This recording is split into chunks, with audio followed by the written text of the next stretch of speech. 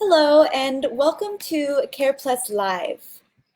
This week's theme is Overwhelm, and today's message is brought to you by Rosie Raymond Jenkins, who is a licensed clinical social worker. Rosie started in our school-based services in September 2019, and she currently serves as the clinical program manager for the Roselle School District in a unique program.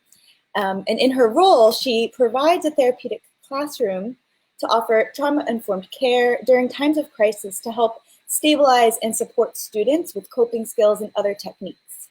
So I'm going to invite Rosie now to share her message on coping skills, on overwhelm with us today. Thanks, Rosie.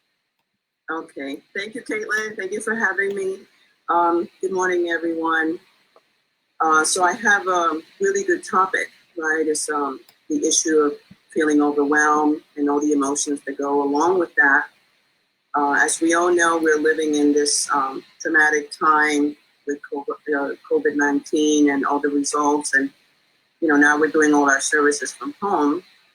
So you can imagine how probably 99.9%, people in the United States and all over the world are suffering from feelings of just being overwhelmed, not knowing what to do, what's going to happen next, unable to sleep, and everything that goes with just being overwhelmed. Sometimes it's the shortness of breath, the running thoughts.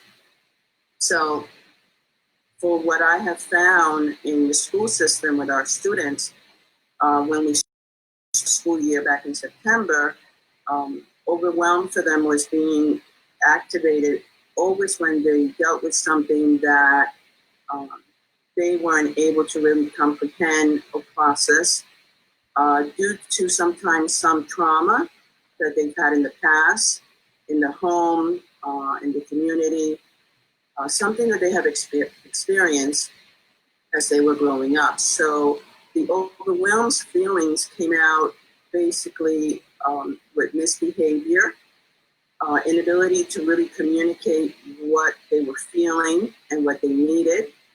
A lot of times they were misunderstood. So it created a stress between them, the student, and teachers. My job was to teach them what it meant to be overwhelmed and not to fear when those feelings would arise, but what to do. Really important for anyone who's experiencing the feeling of overwhelm to understand that that is just a feeling.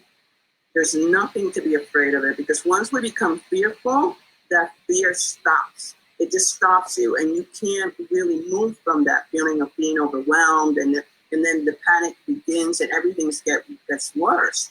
So it was really awesome to be able to teach. I work basically with little ones, my little students at school, how to learn to, number one, identify when the feeling came up, how to stop themselves, how to cue either a teacher or a paraprofessional, someone in the classroom, okay, that they were experiencing a feeling of uncomfortableness, and then what to do from there.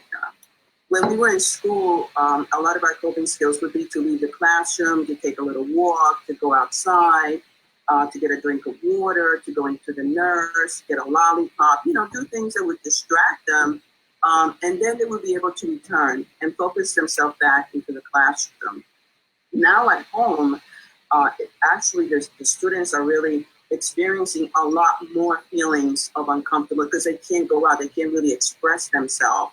So I practice the same thing with them. The minute the symptom arises, they need to stop, just be quiet like for 1 second, and then they need to choose an activity that helps them decrease that feeling of uncomfortableness and that feeling of overwhelmingness. And then once they go to the activity, for many of them, of course, is they use their media, they use their phone, their TV, the computer to play a game. Now, I've timed them and I've taught them only 5 to 7 minutes there to do this activity, and then they can return and deal with whatever is going on with them. For me, I use it myself when I begin to feel overwhelmed and I'm in the computer and I'm just, my thoughts are racing and things are doing. I stop, I get up, and I either go and do a little bit of cooking, or I go upstairs, or I go get the mail, or I go outside, or I take a walk around the house, and then I come back. And my body just tends to calm down and refocuses itself.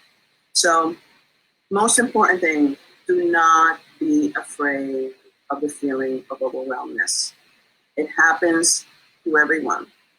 Just learning to cope is where I guess the victory is for us, just to learn how to cope with that feeling, what we can do for it, and then our body just really learns to relax and come back to some normalcy. That was my phone. I wanted to time myself because I can talk about this for the rest of my life.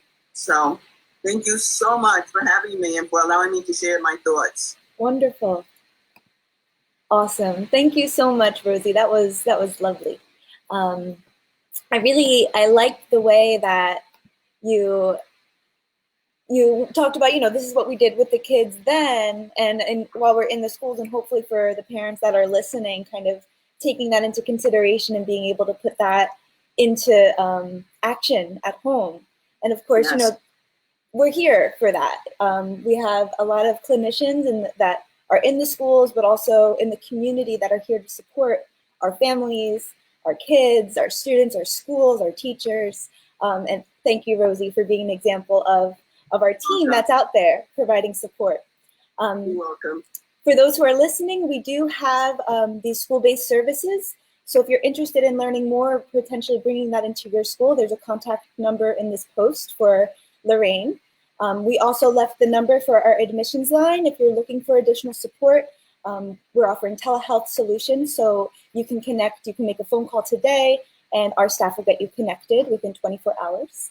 And the final link in this post here is an activity called Managing Overwhelming Thoughts About COVID-19, which is provided by MyStrength. So if you receive Care Plus services, you should have an access code. And if you don't, we have a community access code listed in the post. So thank you again. Thank you, Rosie, and everybody have a great day. We'll be back on Wednesday.